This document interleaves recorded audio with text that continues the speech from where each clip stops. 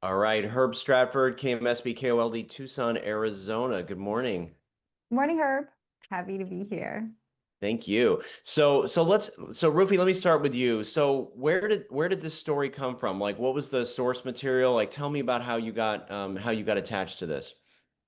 Well, really, I got obsessed with the idea of writing a Madonna horror character, of taking somebody who was a holy mother and also a dang fine sex worker. And could you make such a character? Could you get a reader to root for them? And I thought, oh, this is going to be impossible. And then, really, when OnlyFans was exploding during the pandemic, I just noticed that people were talking about it a little bit differently. I think because it was all online and so less dangerous. And also because people were making so much money. And we've all sold something online before, so it's just a more relatable idea of like, oh, well, you could make money that way. And so that's sort of where the book started. And then I just happened to get obsessed with pro wrestling at the same time. That's fair. That is fair. So Eva, it's so refreshing to have a sort of non-nuclear family of non-vanilla characters. You have this wrestler and this sex worker and this cosplay folks, and it just was that sort of fun to be like, sort of presenting that as like, look, this is another version of a family, and they love and they care about each other and they support each other.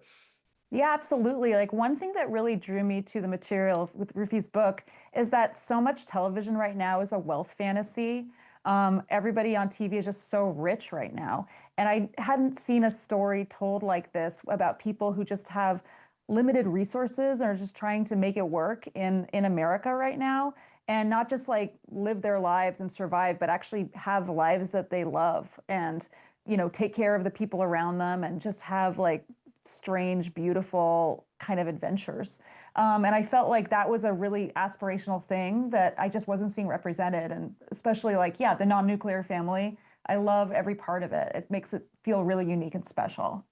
Well, and I also think that, so many people, because we consume content, from birth practically, and, you sort of reflect and sort of understand the world through what you see. And so when we see people that are not just this, this sort of nuclear family model, it just makes people understand that this is not one way or nothing. You know what I mean? That there's different ways that you can actually exist and be a part of a unit. But I want to talk about the cast. I mean, this cast is just, Nick and Michelle and Elle. I mean, how did that casting come together? Did it just sort of do the normal path and it went out and people immediately jumped on, or were there chemistry reads? How did that work?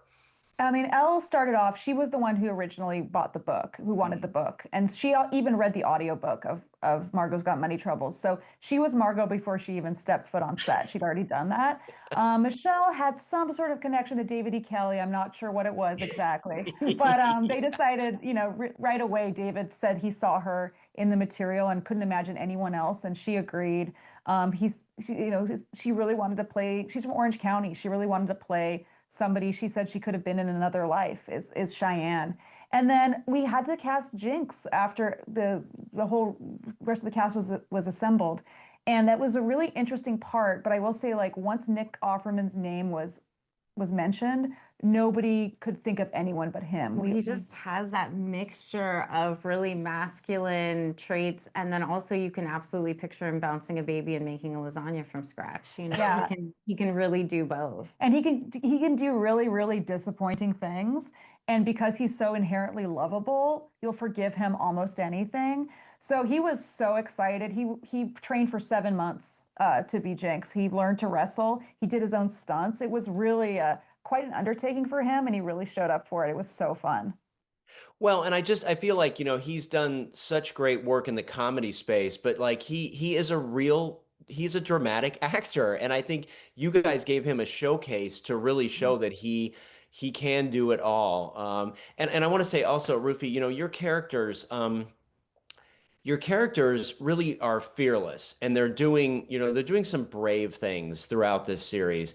I mean, obviously when you sign on to do this, you have to do that, but was there any trepidation on the part of your cast? I mean, certainly there's nudity and there's, vulnerability. Was that something that everybody was up for? I mean, it seems like that's what made everyone excited. I feel like it asks so much from all of them in terms of range, like because the show has a lot of tones, you know, and there's comedic moments and there's also moments of like really intense emotion. And I think like that's exciting to like have those kinds of challenges. And it feels to me like, I don't know what you think, Eva, but like everyone kind of rose to it like eagerly. Yeah, everyone absolutely showed up to play every single day. Like they loved the material, they loved Rufi's book, they really got along with each other. So they really showed up loaded for bear every single day on set. Well, congratulations. It's a wonderful ride. I have to tell you, I sort of hope that there's more in the future because when it was over, I was like, oh, I want to know more. So I hope there's more congratulations. too. Thanks. Maybe Watch we'll be this back talking season. again. Yeah. Yeah, tell everybody watch this season so maybe we get more one day. I would love that. Thanks, ladies. Thank Thanks you. so much. Bye. Bye.